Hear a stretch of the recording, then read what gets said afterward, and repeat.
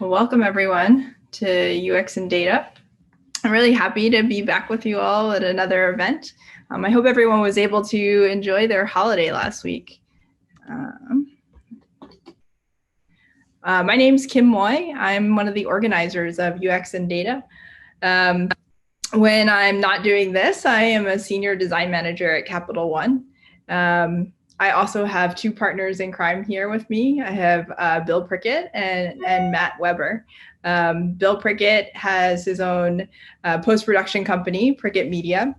And Bill records all of our events and he edits them and makes great videos of our events so you can share them out with your friends or rewatch them. And you should definitely go check those out when you get a chance. You can always go to the YouTube page or check out our past events, and they're usually linked in the comments. Matt is the VP of Product at Development Guild, which is a great consulting firm for nonprofit organizations. And Matt, you want to say hi? Hello, everyone. I also have to take a moment to thank our generous sponsor, General Assembly, because they're helping us to bring this event to you on Zoom. So I'm going to pass it over to Lauren to tell you a little bit about them. Thanks, Kim, and I promise to keep it short and sweet, everyone. My name is Lauren Rogers. I'm an events producer at General Assembly. I'm based in New York. A bit about GA, we are a global tech educational company. You have the opportunity to learn with us in courses and workshops, free events like this one with UX and Data, and then we also have students learning with us at a full-time and part-time basis. Highly recommend you guys check out our offerings online. Currently, if you sign up for a free event, we are donating $1 to the IRC for every new person that joins with us. So I will put some free workshops in the chat, and I'm really looking forward to today's event and hearing Agnes's talk. Thank you, Kim. Thanks so much, Lauren. So on to the main event. Agnes Perchla builds digital products. She's currently a product manager at Planet, where she's working on making daily images of the Earth easily accessible and valuable online to anyone who wants them. She's also advised startups and Fortune 500 companies on how to build new products and services as a strategist at both Frog Design and Accenture. Agnes, the Zoom stage is all yours. Thank you. So as Kim mentioned, I'm currently a product manager and in a previous life worked at a design and strategy consultancy called Frog. And in my career, I spent a lot of time devising exercises to come up with thoughtful products. And that's basically what I'll be sharing with you tonight. We'll be talking about dystopia. And truth be told, I put this talk together 2 years ago, and the word dystopia definitely meant something different then. But my motivation for talking about dystopia is still exactly the same. In fact, I think it's even stronger now, mostly because for me, dystopia has been a source of inspiration. I know dystopia kind of gets a bad rap, but when things are normal, it's very easy to just keep flowing with the status quo. And when things feel broken, it's really an invitation to rethink what's not working. And I think that's when breakthroughs really come through. So if nothing else, I hope tonight that your relationship with dystopia changes from something that seems anxiety inducing to something that can be used as a creative input. And truth be told, people have been using dystopia forever as a creative input, including philosophers and writers to really think about the society that we're living in today. It actually originated with the Stoic philosophers in ancient Greece, and they called this premeditated evil. They'd basically sit around and ask each other, what's the worst thing that could happen? And it's not necessarily because they didn't have anything better to do. They really wanted to feel readied and prepared for the worst because it took the surprise and the fear out of it. And I think Seneca said it really well. The human who has anticipated the coming of troubles takes away their power when they arrive. And so it really gives you a sense of preparedness when you've thought about the worst. There's also been a ton of writers that have used dystopia to think about society and also help us learn about ourselves within that context. I really like Philip K. Dick and Octavia Butler. And of course, you can't forget the Black Mirror episodes because those are super compelling. And so really what these works are about is getting us to think critically, really asking you to shake up your assumptions, especially if they're not serving you in your current work. And that's basically what we're doing as product designers and people who put things out in the world, is we're thinking critically about what doesn't exist yet and what needs to exist in the future.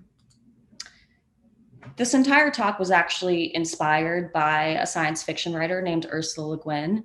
And when I was reading her book, The Left Hand of Darkness, in the prologue, she talks about how science fiction is very misunderstood.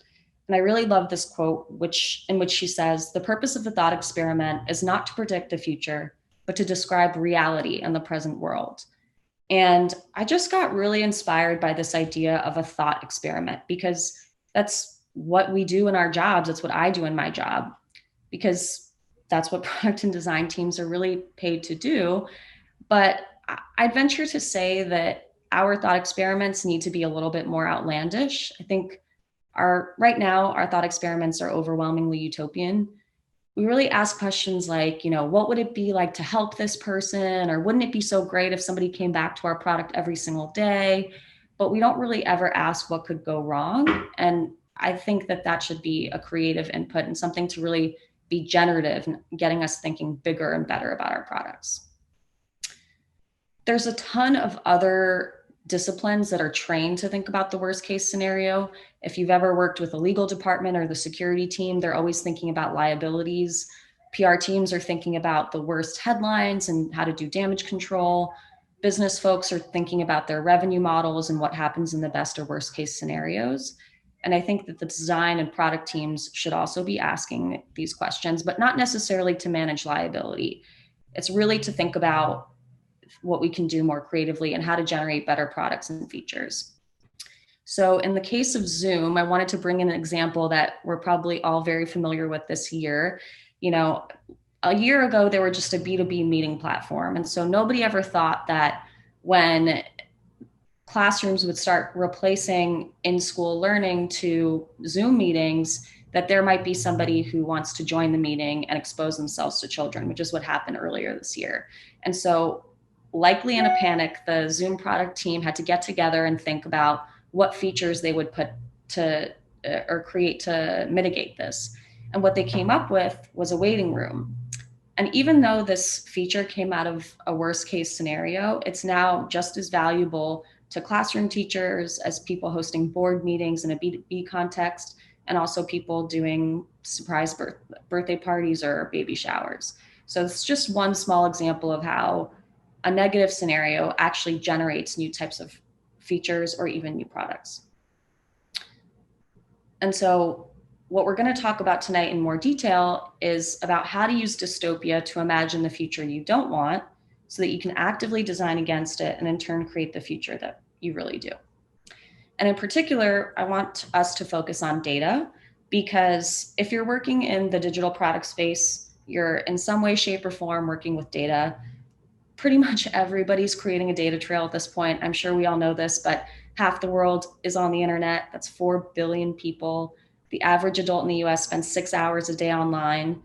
And you may not know this one, and this stat is actually a couple years old now, but 117 million adults in the US can be found in facial recognition databases. So there's a lot going on. Data is invisible and slippery. It's not always clear who's collecting customer data, how that data is being used. And sometimes we like to think about data as being objective or tech being neutral, but it's really not the case. And I love the way Dana Boyd from Data and Society puts this, which is, what and how data is collected, cleaned, and stored, what models are constructed, and what questions are asked. All of this is political. We're imbuing our own decision-making and biases in everything that we're doing related to data. And aside from biases, there's also been a long history of data being misused, even with the best intentions. And I'm not going to read over this entire list with you, but I highly recommend checking out the fast.ai website, where Rachel Thomas goes into each of these points line by line and really shares how, IBM had the best intentions, but actually ended up working with Hitler. And so there's a lot of different ways that data and different products can end up in different hands over the course of time as context changes. And ultimately, we need to expect that. Data is valuable, which means that there is value in stealing it. And I like this quote from Tim Wu from Columbia Law School, which is, one hard truth is that data created for one purpose can and will be used for others. You must assume that any personal data that Facebook or Android keeps are data that governments around the world will try to get or that thieves will try to steal. So we kind of have to always be aware that something that's valuable will be valuable not only to us, but to others as well. To add to that, regulation is very subpar, and that means that it's kind of a free rein. I first pulled this slide out of Mary Meeker's Internet Trends in 2018, and not much has changed since then. There's no federal overarching data privacy laws in the US. California is basically the only state that has enacted a quasi GDPR fashioned after what the EU did. There's been a bunch of bills that have gone to the Congress, but nothing has really stuck. And aside from any kind of new law, there is an agency, a national agency called NIST, which is the National Institute for Standards and Technology. And they're basically supposed to be testing out new technology. And so they have running programs on, let's say, facial recognition, and they've recently been acknowledging algorithmic bias in facial recognition, but you don't need any kind of like NIST certificate to sell that technology in the US. So it's kind of a nice to have and doesn't really protect consumers. And so as people working in this space, we have a choice because there's no one regulating us, and the choices that we make can lead to competitive advantage and helping out our customers, or it can lead to something a little bit darker. So really the choice is in our hands. And ultimately, the future doesn't happen to us. It's a result of the decisions we're making right now, which is why it's important to think about this ethically and do the best we can to generate products and features that we're proud of. So with all that being said, I want to introduce you to some dystopic thought experiments that I'd love for you to try with your teams, or even on your own if you're not yet part of a company. I think these are really fun and generative and meant to kind of get your creative juices flowing. So a framework that I like to come back to over and over again is called the 4 C's. And the reason I like this framework is because it gives me a holistic view of the entire context that I'm working in. And just like a science fiction writer would, we're going to look at characters, which is the company that we're working for and our customers, and also the setting. We're going to look at the industry that we're a part of and also the broader cultural context that we're operating in today and down the future. So the first question and the first C is company. And this is really asking, what do you stand for? I typically like to rethink this or revisit this about once a year just to make sure I'm aligned with my executives, that we're all kind of marching to the same beat. And it's always nice to refresh this and kind of revive your value statements essentially for the year. And so one exercise I really like here is called heroes versus villains. This comes from the branding world. And the whole idea is that when you're a good brand, you stand for something, which means when you stand for something, you must stand against something. And the idea that you're standing against is the villain. So in a very popular example of Nike, their slogan is just do it, which is very motivating. And so their villain is lethargy or not doing anything. In another example, just to show you how this really comes alive in visuals, on the left-hand side, you have the Revlon beauty brand, and on the right-hand side, you have the Fenty beauty brand. And just looking at this, you can kind of start to imagine what Fenty's idea of a villain is. The idea of a villain in this situation is that there's only 16 skin colors. What Fenty is saying is that actually, as a hero, we're going to show you a much different reality, that there's so much more diversity in how we all are in our skin tones. So this is how you start to see how it comes alive visually. Bringing it back into the digital realm, we have 2 search engines side by side. On the left, you have Google, and on the right, you have DuckDuckGo. And even just looking at their landing pages, you really start to see who is the villain for DuckDuckGo? Any company that does not respect privacy. And because they do respect your privacy, that is what makes them the hero. So in this dystopic thought experiment, instead of thinking of your company as the hero, we're going to switch it up and think about, what if your company was the villain? What would you have to do in order to be the bad guy? So thinking about this prompt, imagine that you work for a wearables company. And if you're the hero, you're helping people manage their weight or become healthier in some way, helping them take control over their lives. But what would you have to do to be the villain? Would you cause somebody to get an eating disorder? Would you basically prevent somebody from getting healthcare down the line? If you start thinking through these questions or writing them down, it starts to create a sort of spectrum or a sandbox that you have to play in. So you know exactly where you're headed, but also where you never want to go. And that helps you make decisions, especially in high pressure situations, because you can remind yourself, this is what I want, this is what I don't want. So the takeaway for this exercise is when you define what you don't want to become, you set these guardrails up that really serve you and your organization when you're making decisions, and it really helps you be on the same page. I used to do this all the time with clients of like, this means X and this does not mean Y, and it makes it really clear when someone's stepping out of bounds. I want to share a story that's I think really related to this example from Sridhar Ramaswamy, who used to run Google's ad business.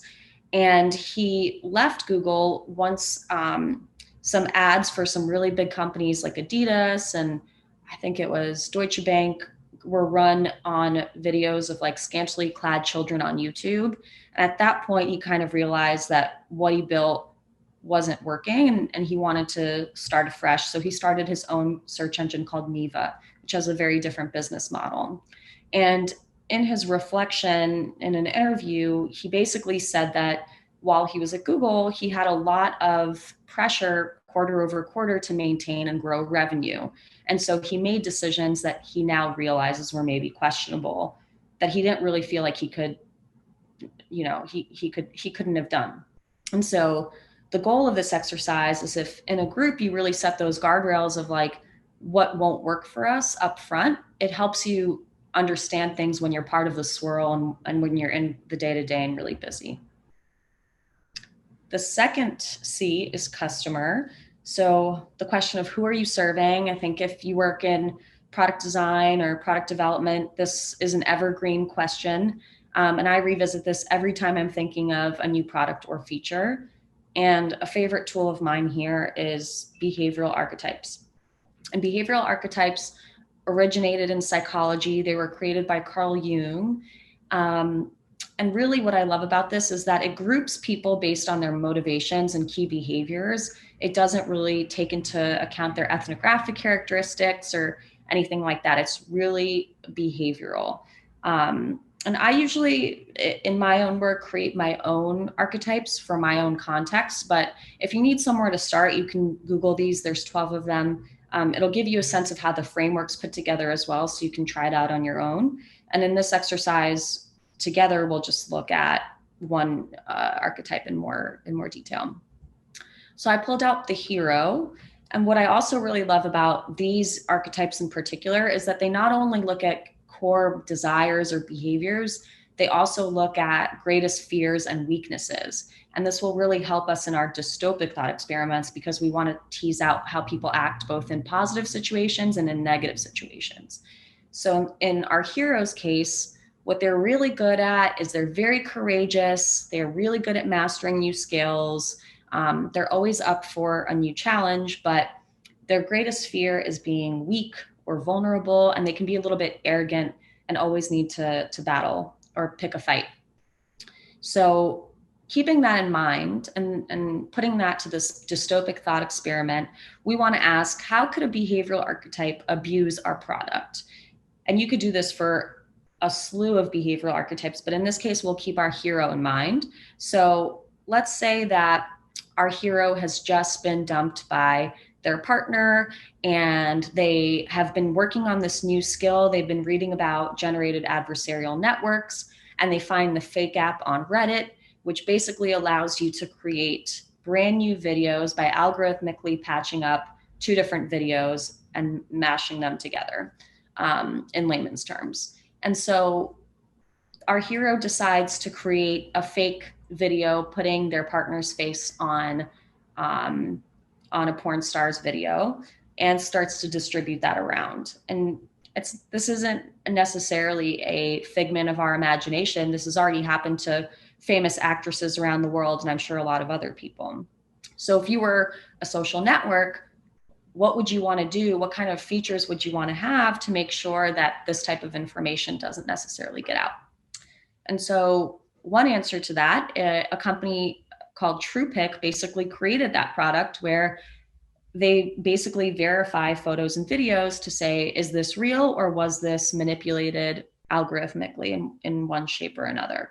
And they were named Fast Company's like most innovative very recently. So just an example of how a negative situation can inspire brand new products or features. So in this prompt, really what you want to get at is anticipating malicious behavior and using it as a prompt for brainstorming new features or products. You could even create your own game around this where you create little scenario cards and basically hit different behavioral archetypes with it as a generative exercise. The third C is category, which is another word for industry. And the key question here is, how is value exchanged in your ecosystem? I think this is very important from a strategic level to understand, not only in your own company, but also for your competitors. Who is in your ecosystem? How are you different? And I revisit value maps like this every time I'm making bigger strategic decisions, when I'm creating my roadmap or thinking about my competitive advantage in some way. And so a tool I use here is called a value map. Basically, how you create a value map is you put down your key stakeholders and you start to draw arrows between how value is exchanged. And value could mean a lot of different things. I created this kind of generic value map for a social media network where, you know, you have the platform in the middle, you're exchanging content between customers, you've got your data brokers and advertisers, and you know, every company is working with the government in some way, shape, or form, even if it's just through taxation. So this really helps you to see all of the different players and what value is being exchanged between the two. Again, helpful to do this for your own company and also helpful to do it for your competitors so you can start to see where your differentiation is. And so the dystopic thought experiment here is, how might value exchanged with one group hurt another? And the example that I like to share in this realm is two aspects of Amazon's portfolio. First is a facial recognition algorithm called Recognition. And, you know, Recognition has tons of different use cases. It's used, you know, to create interactive museum exhibits. We used it at Frog in an exhibit for the SF MoMA. Media can use it to make sure that they're reporting on the right people in a photograph. But it's also been used by police forces and federal agencies like ICE all over the country, often without any oversight or say from the taxpayers who are funding it. As well as Ring, which is a smart doorbell, which partnered with police departments all over the country to basically surveil the neighborhoods. And so we really need to ask the question of, by partnering with certain groups, are we potentially hurting our customers? Especially when earlier, I think it was 2 years ago, the ACLU did a study on Recognition and basically ran through all of Congress through the Recognition software and also a police database. And 39% of Amazon's false matches were people of color, even though they only make up 20% of Congress. So it basically proves that there's bias in the algorithm and that maybe it shouldn't be used by police departments. And so if we look at the value map in this instance, you start to see that there's a surveillance product being supplied to the government in exchange for money. But you need to ask the question of, okay, is that relationship going to hurt my end customer? And if I look at my business holistically, everything in blue is my retail. So my direct relationship with my customers, and everything in purple is AWS, which is Amazon Web Services, which is their like cloud infrastructure business. And recognition is only a small part of that 12%. So if I'm thinking strategically about where I want to double down and maybe what's not worth my time, especially if it's hurting my main source of revenue, I would think twice about selling facial recognition technology to the government. And actually, earlier this year, we saw a pretty big movement for tech companies to rethink this behavior, IBM being the boldest of them, because they are no longer offering, developing, or researching facial recognition technology at all. Amazon put a 1-year moratorium on their recognition software and selling that to police departments, waiting for Congress to basically come up with a law to govern them. So they didn't say, no, we won't do it. They're saying, tell us how to do it better, which, you know, we can talk about another time, but it's a step in the right direction. So the key takeaway here is evaluate the relationships you build across your ecosystem and how these relationships could be used against your customers. The fourth C is culture. So what's the broader context that I'm operating in, not just my industry, but the other forces that are at play. And one tool I really like here is called the STEEP framework. At Frog, we used to do these workshops called future casting, which basically asks you to imagine what's the world going to look like a year from now, 5 years from now, 10 years from now, et cetera, across each of these aspects of the framework. So what is society going to value at that time? What types of technologies will evolve? Is there going to be any change in how money's made and exchanged? Are there going to be ecological impacts we need to consider? And what are politics going to look like? And by imagining different situations across these aspects of the framework, you can basically create scenarios for yourself to generate ideas in. And you start to think, well, how would I respond in that situation? And this isn't meant to, again, predict the future in any way. It's meant to just throw out different scenarios so that you can flex your muscle of responding and generating ideas and seeing what comes out of it, and then synthesizing what comes out of it and seeing if there are any patterns. So just like the Stoics used to ask in ancient Greece, the dystopic thought experiment here is, what's the worst thing that could happen across the STEEP framework? So we're going to take a technology and political part of the framework, and we're going to say, you know, let's say we work for an autonomous vehicle company and we are operating in an authoritarian state.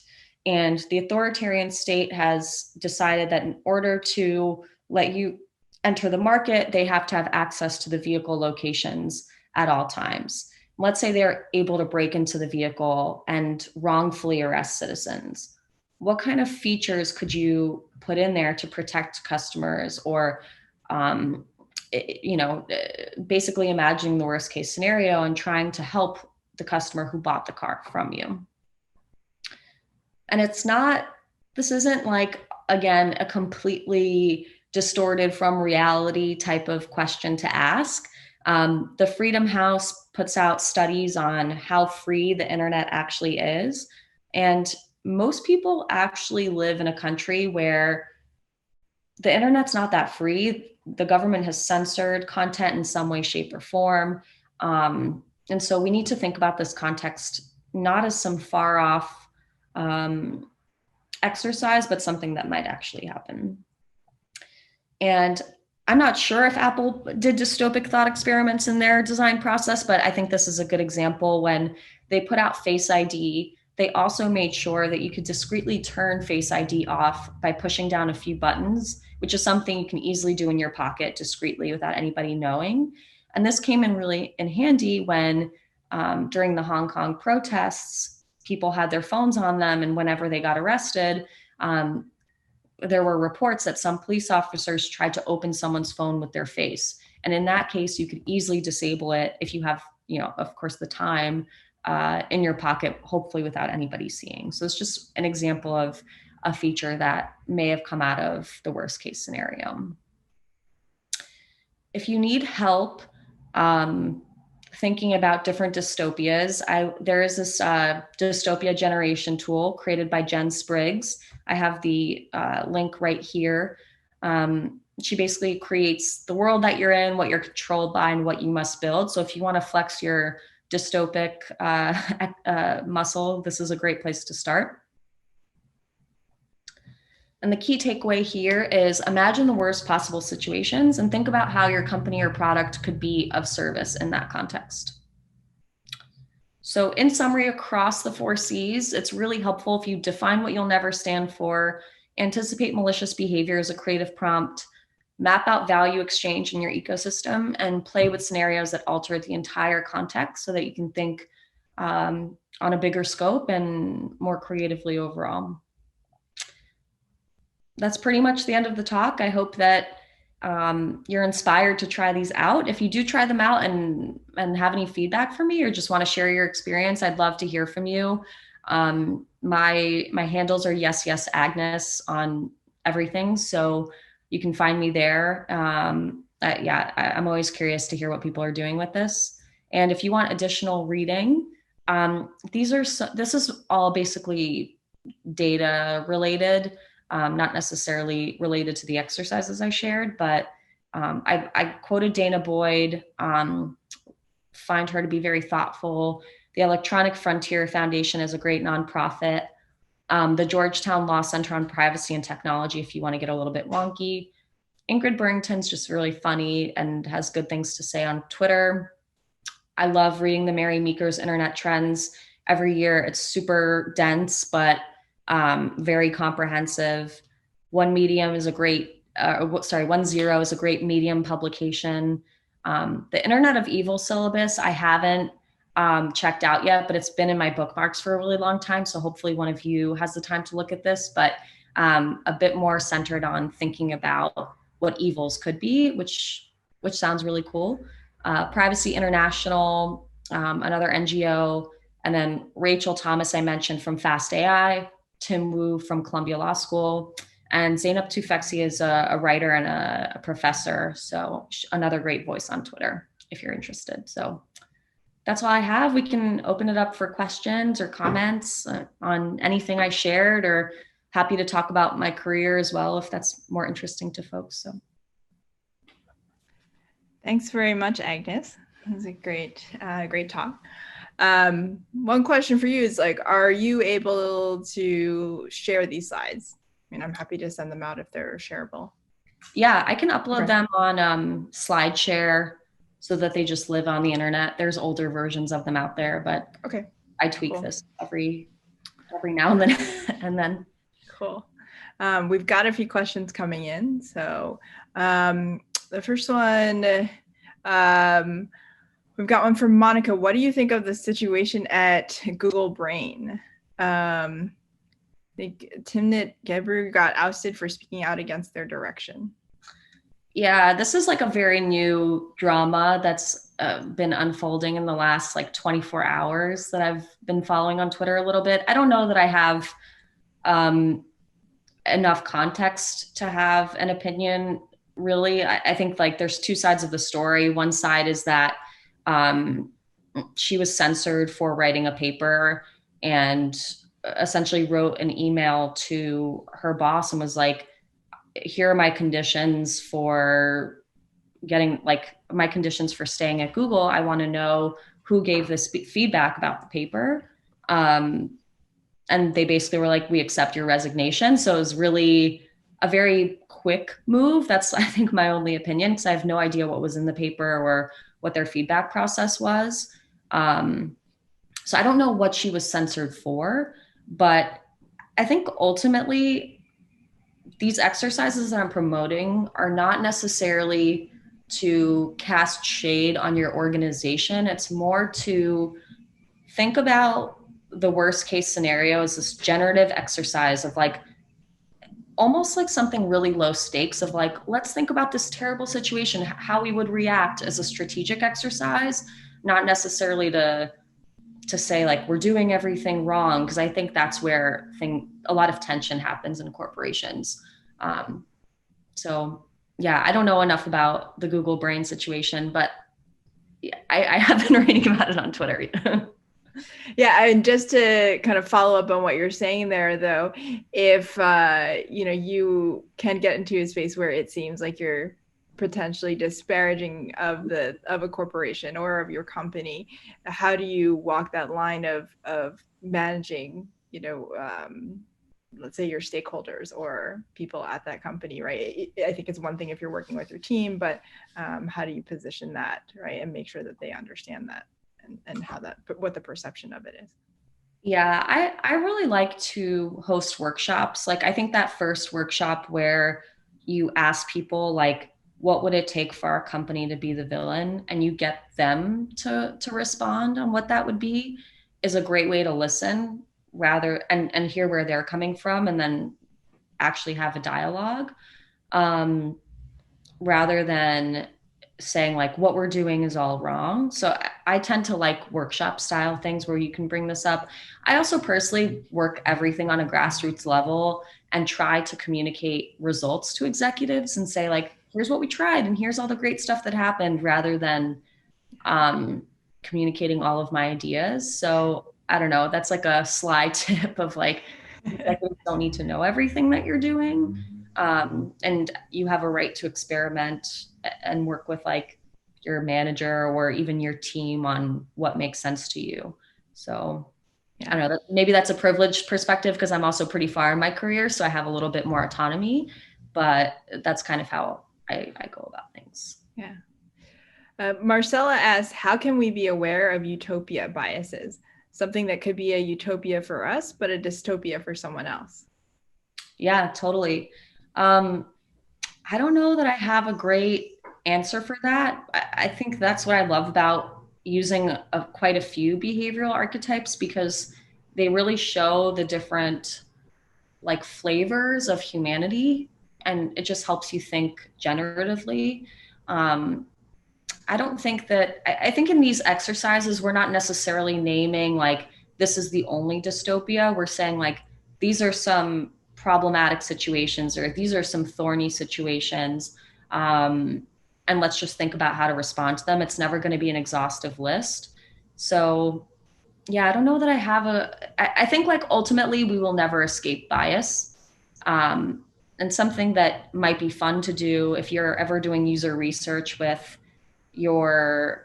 participants is getting them to name like, what's the worst thing that this product could do? Or like, what are you afraid of? Like, I've asked that in interviews before just to get another perspective. But yeah, I mean, I don't think we'll ever eliminate biases. We just have to be aware of them and try to broaden our perspectives as much as possible. Have you had any really surprising answers when you've asked that question?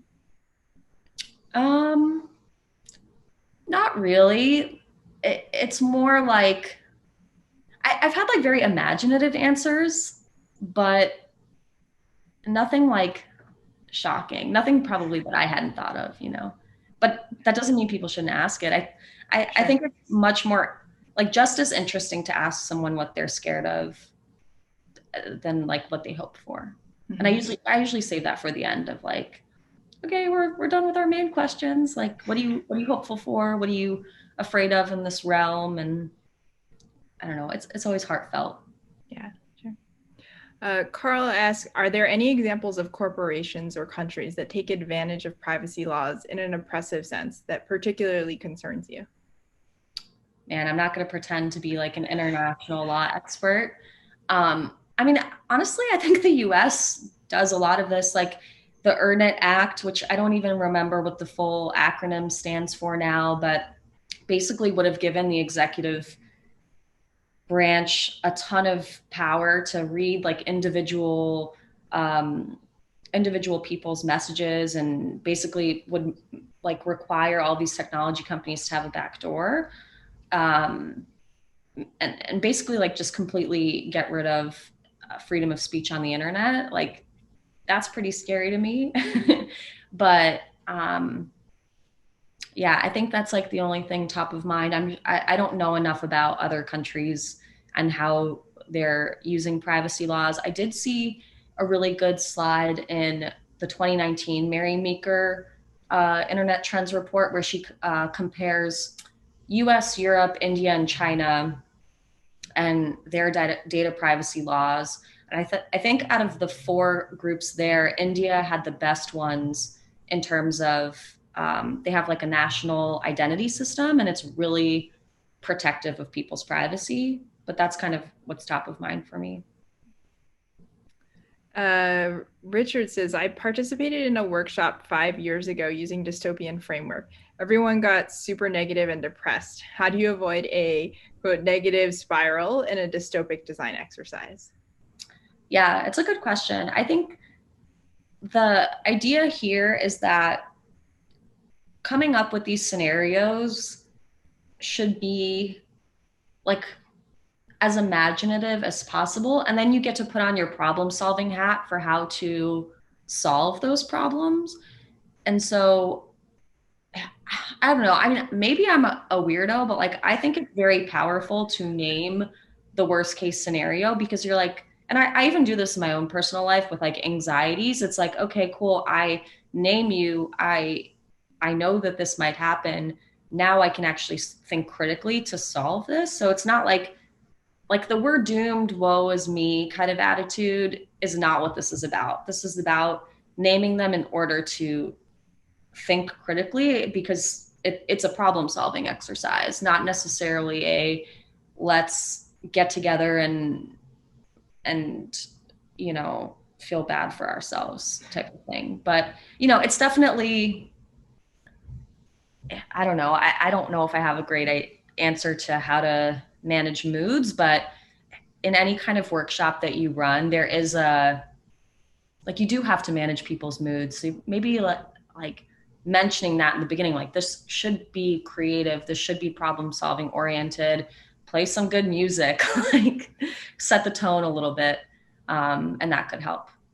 And so I'm curious, what like have you compared the solutions that come out of that kind of an exercise versus problem solving that's not done around a the dystopic design exercise, and kind of how do those things compare? Usually, I've never done like a full on only dystopia exercise. I usually combine different exercises in a larger workshop. So for example, in future casting, we'll do these like newspaper headlines, and some of them, you know, will be all about we live in a world with like high speed trains and nobody drives cars anymore. And another one will be like, you know, XYZ country has run out of water and now there's millions of climate refugees. And, you know, what does that mean for supply and demand, or what, you know, whatever. So I typically have like combined the two. And it's, I think for me, it's not necessarily like the point of this exercise isn't to come up with the best idea per se. It's to come up with a ton of ideas and see the patterns across them, and then synthesize from there, and then feed that into your more like focused tactical product design process. So yeah, it's really not about like defining this is going to be the one next dystopia and we need to solve for this. It's more of a generative exercise. Sure, that makes sense. Maggie asked, do you believe that we are in a dystopia? I believe that it definitely feels like a dystopia, but the reason I highlighted imagined in the beginning is because like I want to treat this as a philosophical exercise more than a feeling that we can't do anything about it. Like I truly believe in human agency. I truly believe that when we recognize our own power in this industry and like the inherent, I think, goodness in most people, that we can shape the world in ways that we collectively feel they should be. So yes, of course I feel sometimes like we're in a dystopia, but I don't think that, I think I feel like very uniquely privileged to be in an industry and in a position to think critically about it. Like I don't feel powerless, I guess is what I'm trying to say. Yeah. Patricia says, great talk. How closely have you worked and partnered with risk analysts among your clients? I haven't worked directly with risk analysts per se. I mean, I talk with the security team at Planet a lot. And just for context, like Planet is a satellite imagery company, and we take an image of the world every single day. So there's a lot of like geopolitical aspects. There's a lot of potential cases for abuse. And so I have experience in that sense. And it's always really, I think it's always really enlightening because they really are trained to think about the worst case scenario. So there's a lot of good back and forth. But I think typically the clients I've worked with are executives who are thinking about risk in a different way. They're thinking about competitive risk from a business perspective versus like abuse in some way. We have a question that says, on detection of an ad blocker or a privacy extension, many sites now pop up a new screen guilting the user that the site cannot survive without ad revenue or data gathering. What do you think this means for the effectiveness of an ad blocker as a form of protest against data collection? Yeah, it is funny, right? Like after GDPR, we started getting all these choices for like managing cookies. But I mean, I don't know. Half the time, depending on how fast I'm working, I like accept cookies and keep it moving, which I probably shouldn't. But it's not really up to you to figure out how a company survives as a consumer. And there's other ways to make money. Like I donate to Wikipedia every year. Every time they're like, $3 will save us, so we never have to run ads. Like I'm okay with that. But it's your right to not share your information with companies. And I was just reading, I don't know if you're familiar with Signal. It's an end-to-end encrypted messaging app. And I've noticed a lot of people are using it more and more these days. And the founder of it was writing recently how like it's actually really hard to do product development without any information on your users, and how when they were rolling out new features, they were blind to some bad experiences that they didn't even know were happening. But I actually think that that's actually a beautiful opportunity for like a more human interaction of like me reaching out to the Signal people and being like, hey, I'm having this issue, versus a whole group of product managers trying to infer from watching your behavior what's going on, because it really needs to be a give and take. Same thing with the Wikipedia example, right? Like they could get ad revenue from me, or they could just crowdsource however many dollars they need to match their budgets. It's just, both Wikipedia and Signal are not necessarily motivated by IPOing or being on the S&P 500. They're just basically covering their expenses. So it's kind of a different business model. But anyway, that's a ramble. My short answer is I never feel guilty about blocking ads. And if I feel strongly about supporting an organization, I'll donate directly. Yeah. M says data governance and data privacy, are these related? Many organizations hire data governance specialists. Do you think these specialists can take care of data privacy and ethics? I think so. Like, I think as long as your company has a code of ethics that they have committed to since they hired somebody, and that they keep like committed to, I think that's a step in the right direction. I think most companies commit resources to protecting individual information, and try to keep their systems locked down so that most people can't access them. So I think that is positive. And if a data governance board is going to talk about when to sell information, for example, like to me, that's much more important than what goes on inside a company. So like data governance is kind of like what happens after data has been collected, right? So it's almost a consequence of collecting information, which I guess is antithetical to privacy. But it might keep from your information leaking out anywhere else. And ultimately, I think companies should see data governance as a competitive advantage. I mean, we saw that, I feel like that was Apple's whole shtick last year and the year before of like, we're not going to sell your data like those other guys. Whether that's, I don't know if it worked for them or not, but like DuckDuckGo is using that as a competitive advantage. So in that way, I'm supportive of that. And I'm going to ask you a question that I had been interested in is, do you think the thought experiments that you pose need to start from a place where the teams are committed to doing good or not committing harm? Or, can they lead teams towards that path of designing dark patterns?